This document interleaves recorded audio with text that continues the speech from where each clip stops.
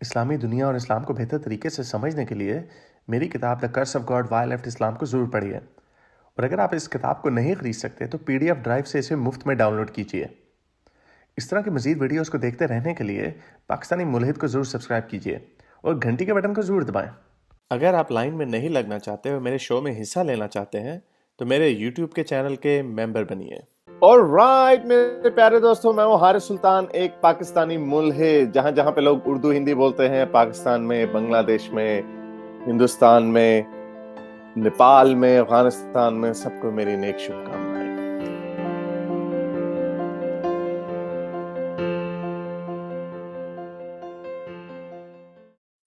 عبد الرحمان، صرف میری بات تو یہ پوچھنی تھی آپ سے کہ بیسکلی آپ کنورٹڈ مسلمان ہیں، مطلب ابھی کوئی انڈیا سے یا پاکستان سے آپ کے والدین میں سے کوئی مطلب ابھی ریسنٹلی ہوئے ہیں یا شروع سے ہی آپ؟ میں ہمیشہ سے جدی پشتی پاکستانی پنجابی ہوں۔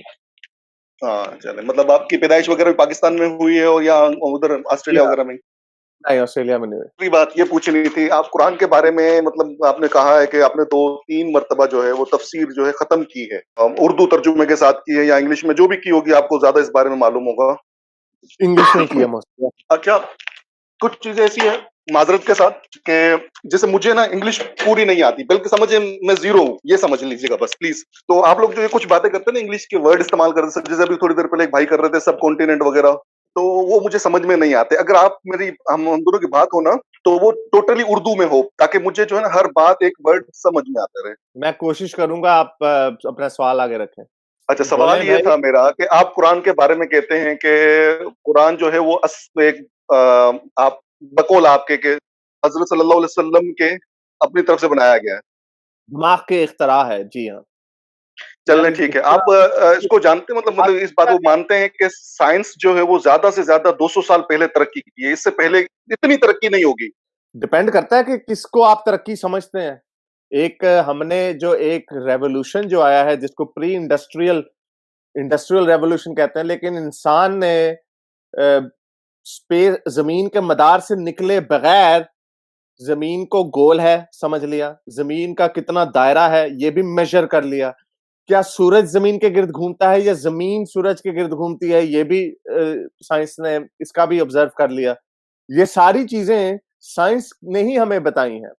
تو اگر آپ نے سائنس کا معیار یہ رکھنا ہے کہ ایم آر آئی مشین کیا ہے یا کمپیوٹر کیا ہے، تو اس حساب سے آپ الیکٹرانکس کی سینس میں آپ کہہ سکتے ہیں کہ جب سے اسٹیم ریولوشن ہوا، اسٹیم انجن ریولوشن ہوا، آپ اس کو ٹیکنالوجی میں آپ اس کو کہہ سکتے ہیں کہ آگے اس سے پہلے بھی سائنس کے بڑے کارنامے تھے۔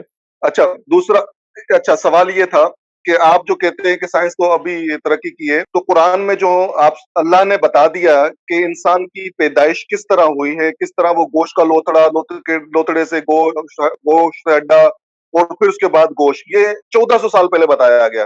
اتنی تفصیل کے ساتھ کسی اور مذہب میں نہیں بتایا گیا انسان کی پیدائش کو۔ پہلا یہ آپ لوگ جب کسی کو سنتے ہیں، ٹھیک ہے، میں آپ کو کوئی اس میں تصدیق نہیں کر رہا، میں آپ سے ویسے ہی پوچھنا چاہ رہا ہوں، اور پلیز سمجھنے کی کوشش کیجیے گا کہ میرے جیسے لوگ کس طرح تھوڑے سے چڑ جاتے ہیں ایک لحاظ سے۔ جب آپ کسی کو پکڑنے کے لیے آتے ہیں تو کیا آپ اس کے آرگومنٹ سے پہلے واقف ہو جاتے ہیں؟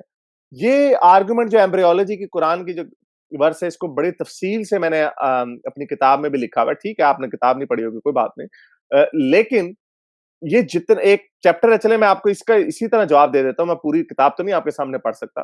یہ قرآن کے اندر جو پہلی بات ہے، یہ لا علمی سے یہ دعوے آتے ہیں کہ جو ایمبریولوجی کا جو پروسیس ہے، بچے کی پیدائش کا جو پروسیس ہے، یہ ہم نے قرآن میں پہلی دفعہ دیکھا ہے۔ نہیں سر، یہ قرآن میں نہیں ہے۔ ابھی بلکہ مجھے بڑے حیرت ہوئی کہ کاپی پیسٹ جو چلتا تھا پرانے زمانوں میں، یہ بہت کلچرز میں چلتا تھا۔ ایک بندے نے، وہ ہندو تھا، اس نے اپنی ہندوازم کی پروموشن کر رہا تھا میرے ساتھ، تو اس نے بتایا یہی ایمبریولوجی کا جو پروسیس ہے ایک ہندو کتاب میں بھی ہے جو تقریباً 300 یا 400 AD کی لکھی ہوئی ہے، لیکن اس سے پہلے ہمیں کنفرمڈ ایویڈنس ہے۔